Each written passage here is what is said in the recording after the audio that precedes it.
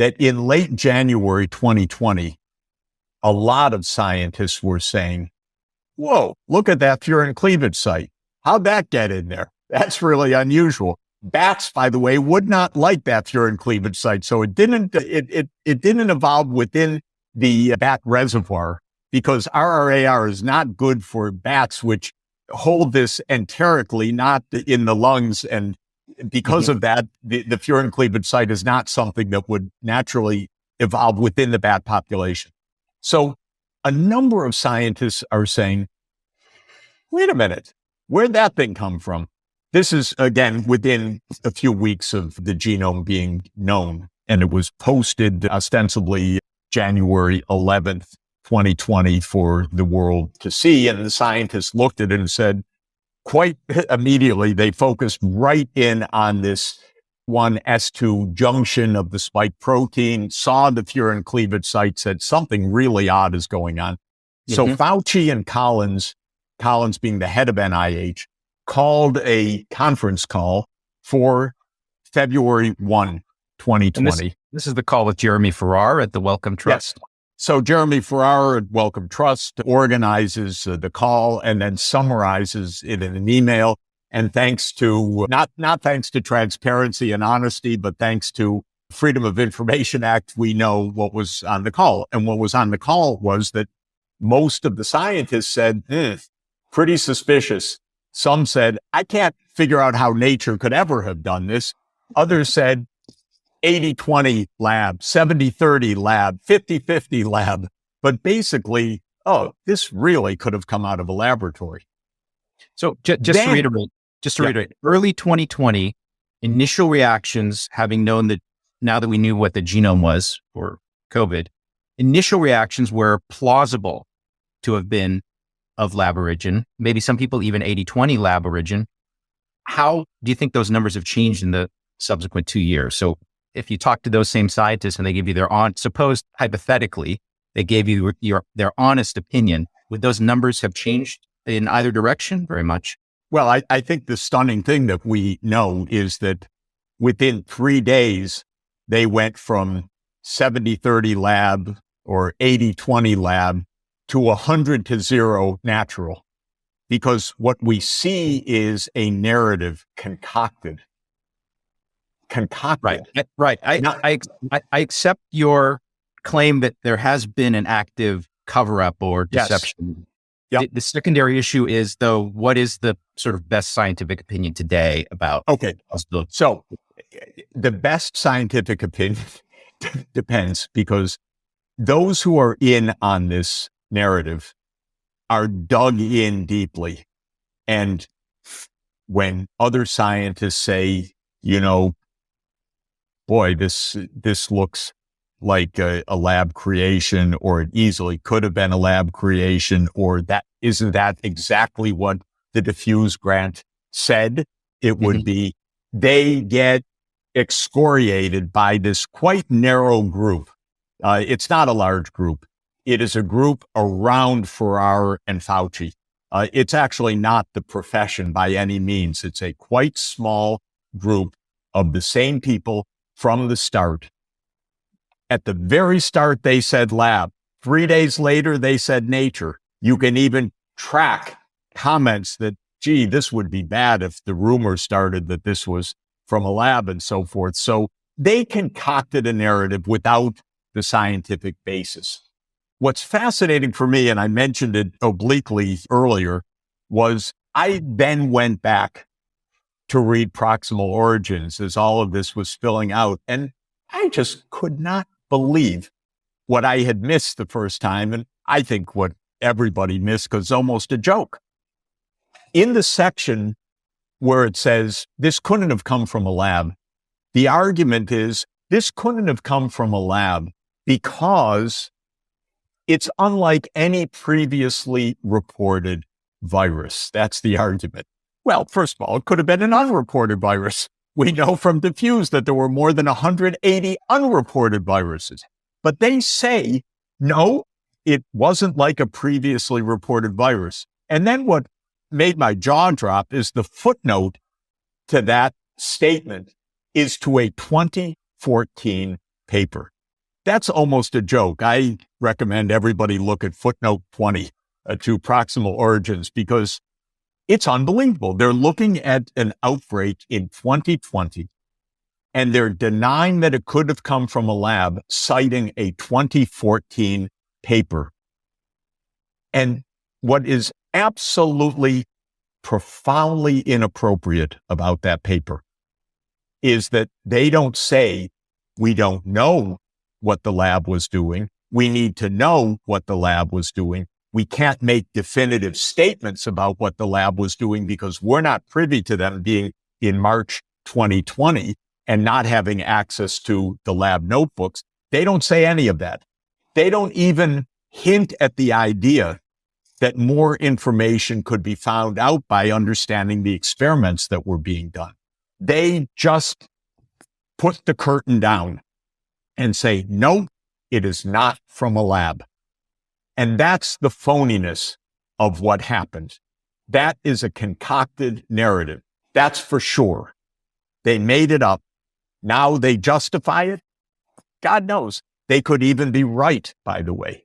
But yes, if they were not making these assertions on the basis of scientific evidence or rigorous thinking, or even thinking plainly about the kind of evidence one should have to make these announcements. Now, what happened afterwards was they said this in 2020, they tamped down all of the counter arguments who were then labeled as fringe scientists, and they thought that they would tamp this down once and for all.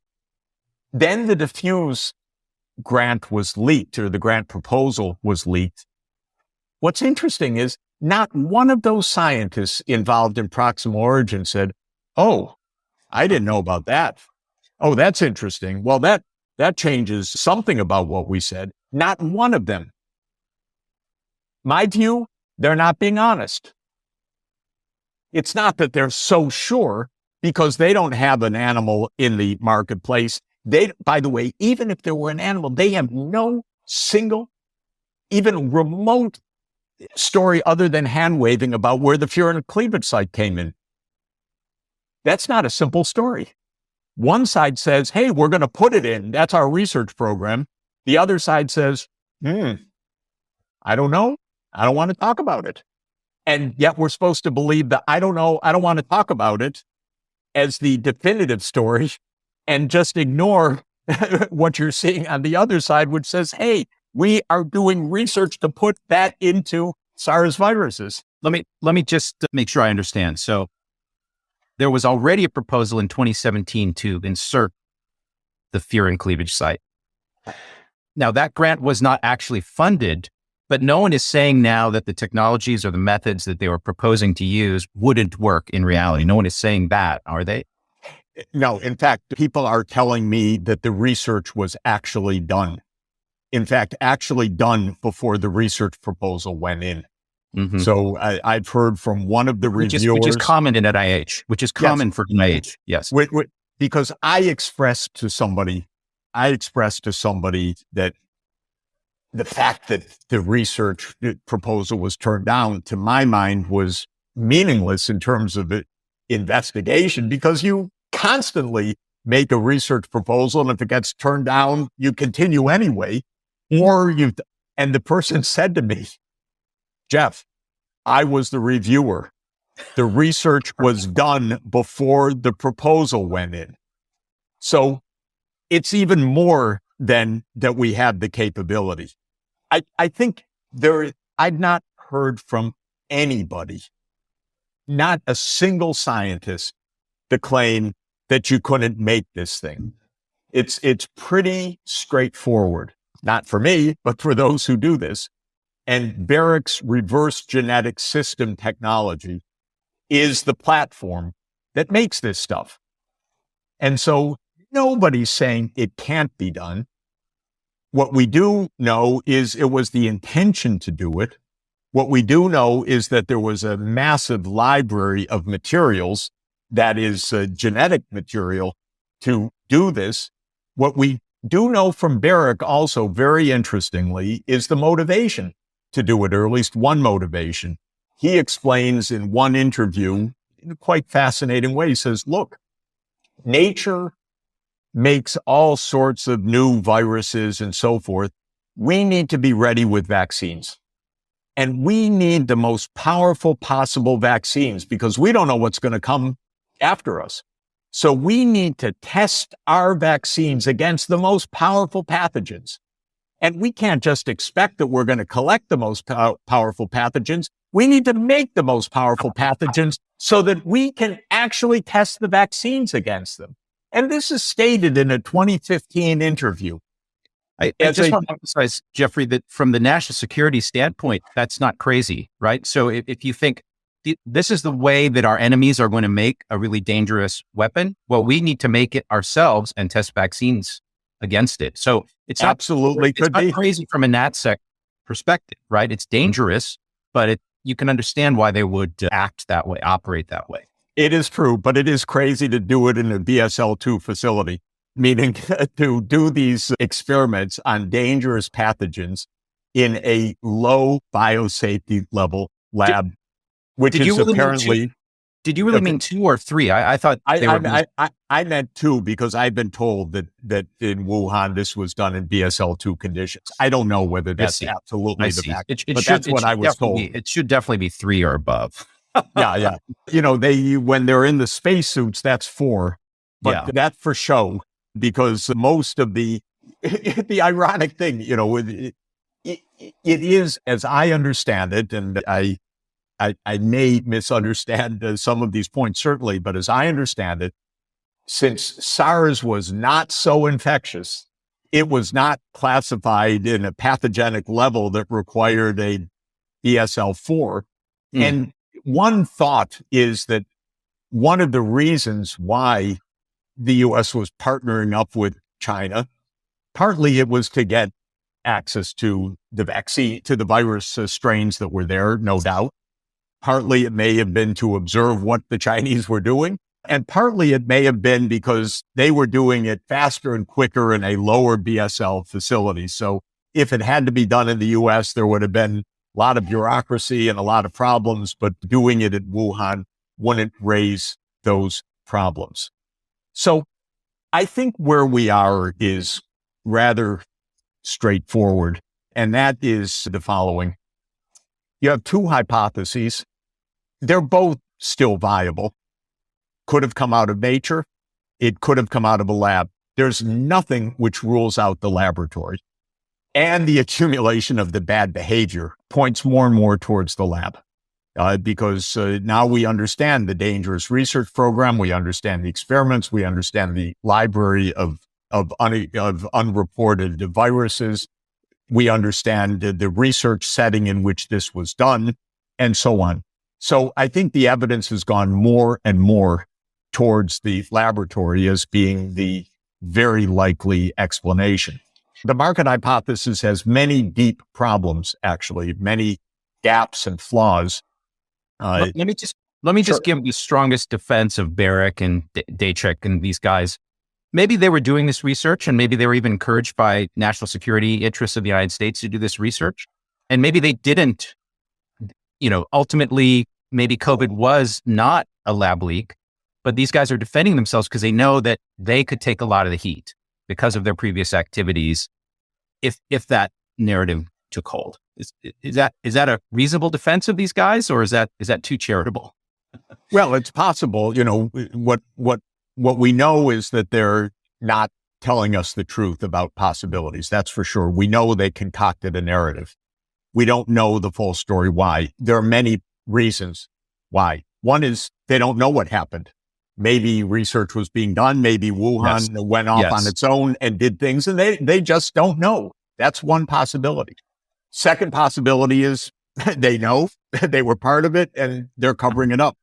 Third possibility is, we're not sure, but we sure don't want people looking at our biodefense research because we got a lot of it. It's secret, it's classified, and we don't want people poking their noses into it. So I think the fact is we don't know, but frankly, it's not a defense. I think for scientists, the only defense is here's our lab notebooks. Here's what we were doing. The chips will fall where they might, and we need to know. That's, by the way, the only justifiable position in this, which is that there is transparency. So we figure out what the heck is really going on, where this came from, what the risks are, what we need to do to stop this pandemic and move forward to stop future pandemics. You know, there's a lot of dangerous research underway. I think this is irrefutably true, but it's unsupervised. So this is another reason to find this out, because if it didn't happen this time, it's going to happen the next time. And we really need to get this under control. I personally lost confidence in NIH in this. We never got an honest view. Not only that, we got a deliberately concocted false narrative about this. And that's not satisfactory when you're dealing in high stakes risks, because where could the trust possibly be? I think there are a couple of other things to add, Steve, that are important in this. We heard, but I don't think we were hearing clearly enough what Robert Redfield, the head of the Centers for Disease Control, was saying to us. He was the head of one half of the U.S. response to the pandemic. He believed from the start that this very likely came out of a laboratory. And Fauci shut him down. And Redfield knows a lot.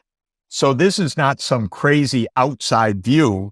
This is the view of one of the most significant insiders, someone extraordinarily experienced, by the way, in the U.S. biodefense sector, who is aware of who does what, when, and how, and who says, wait a minute, you never looked at the possibility of the laboratory. And when I raised it with Fauci, his response was to keep me out of all meetings rather than to take an honest view. So we have, step by step, more and more reason for thinking it's not just us looking in saying, God, this is weird. It's people that were right at the top in the midst of this being stopped from having an honest view. And what Redfield and others have also pointed out is that while we did not pick up the signals from Wuhan in the fall, because there are signals coming from everywhere in the world all the time about things, and most of them are really noise in the end. If you look back retrospectively, it's pretty clear, at least according to what I'm told, that there were some strange things happening in Wuhan already in September and October. And that fits the normal phylogenetic clock for this outbreak, because if you look at the variants, the mutations, the strains, and you try to figure out when the original spillover occurred, the dating is October or November, not December. The market hypothesis depends on this being December. It depends on the market being the place where the spillover took place, not just a place where the virus was spread, but the genetic evidence, but also the human intelligence evidence looked at retrospectively suggests that something was happening in Wuhan, an outbreak already in September or October, and that this was potentially knowable, but in the noise of daily events, it probably wasn't really picked up until a retrospective look at the evidence. But I think that the point is we have enough to say we need an independent investigation in the United States, not waiting on China, but what NIH was doing, what major U.S. scientific labs were doing, what they know, what the experiments were, when they were done, show us the lab books. And we have enough reason to go to that now. Now, Jeff, you're a real world guy. You know more about how the real world operates than almost any academic. So what are the chances? What's a scenario where we do actually get this level of transparency in the United States?